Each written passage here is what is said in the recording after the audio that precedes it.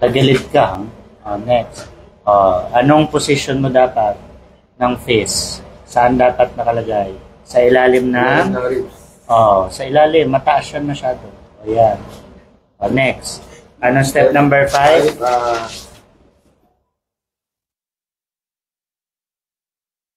Grass the face. Hawakan mo. Okay. Pero wag mong didinan masyado. Baka mas pasok ka talaga yan. Ano na? Perform, abdominal. Abdominal thrust. Ilan dapat? 5. 5. Sige, start. From Upward and inward. Go. 1, 2, 3, 4, 5. Okay. Kunyari, na-expel na. Anong gagawin mo? Titigil mo? Continue mo pa? Stop na. Stop. Paano kapag nag-unconscious ng pasyente? Continue. Begin CPR. What is CPR? Cardiopulmonary resuscitation. Okay. Ano ang tatlong dapat i-consider ng caregiver? Stay calm, check for breathing, be aware of medical condition. Okay. Kagaya ng buntis at obesity. Anong gagawin mo pag ang pasyente ay baby? Make a box slap. Box slap. 5 box slaps. Okay. So, okay. Congrats. Next, start tayo. Danilo. Good afternoon, sir. I'm Danilo Pry, performing a Heimlich maneuver. First step, assess the person. Okay, assess. Ano nangyari sa kanya? Na-choke. Okay. Person is talking. Anong gagawin mong techniques? First aid. Second step, Call for help. Okay. Help. Okay, next. Step number 3. Position the person. Okay. Position. Saan ka po position? Position at the back of the person. Okay. And my one leg behind the two legs. Okay. Okay, sige. Tagilid. And side ka. Side yung bayan. Next. Step number 4. Make a fist. Okay. Step 5. Saan nakalagay yung fist mo? Yung kamao? Above the navel. Very good.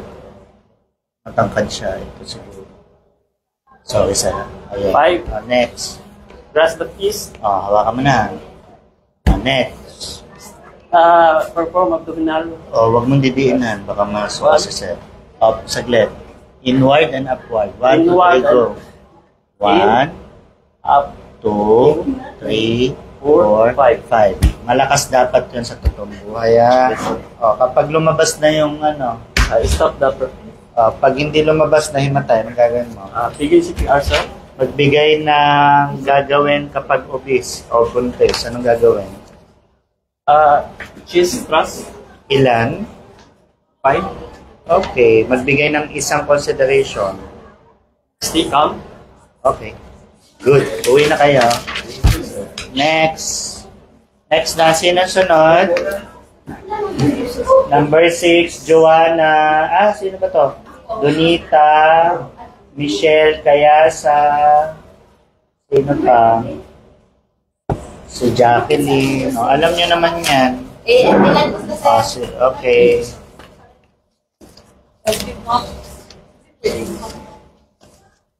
So, good luck.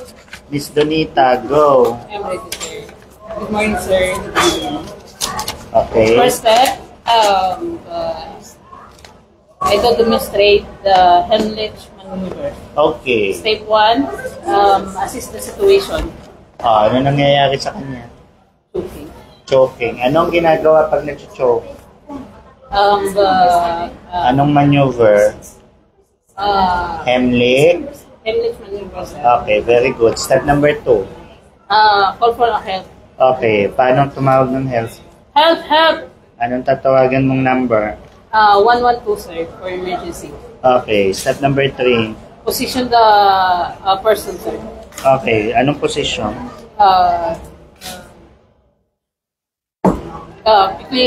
Behind the person, sir. Okay, patingin. Slide ka dapat. Slide. Ayan. Side ka yung sa mga yan. Next, step number 4. Make a fest, sir. Okay, sige. Gawin mo nga. Saan nilalagay? Above the navel, sir. Tapat ka ng needle. Okay, next. Step number 5. Grab your fest. Sige. Ano ang gagawin mo? Sunod.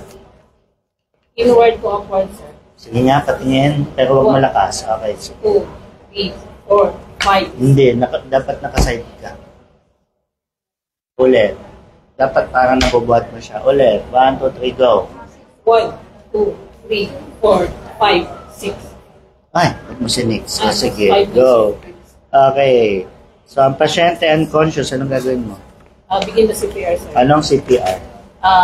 Cardiopulmonary resuscitation, sir. Okay. So, magbigay ng 3 consideration para sa caregiver during Heimlich maneuver.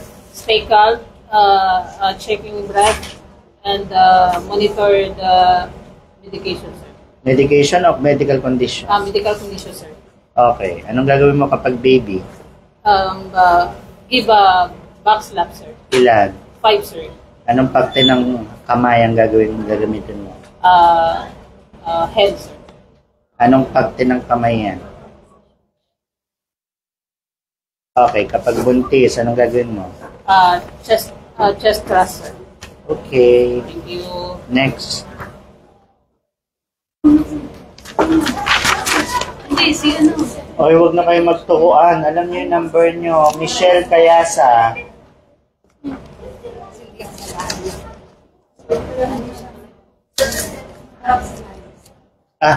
Sige, okay.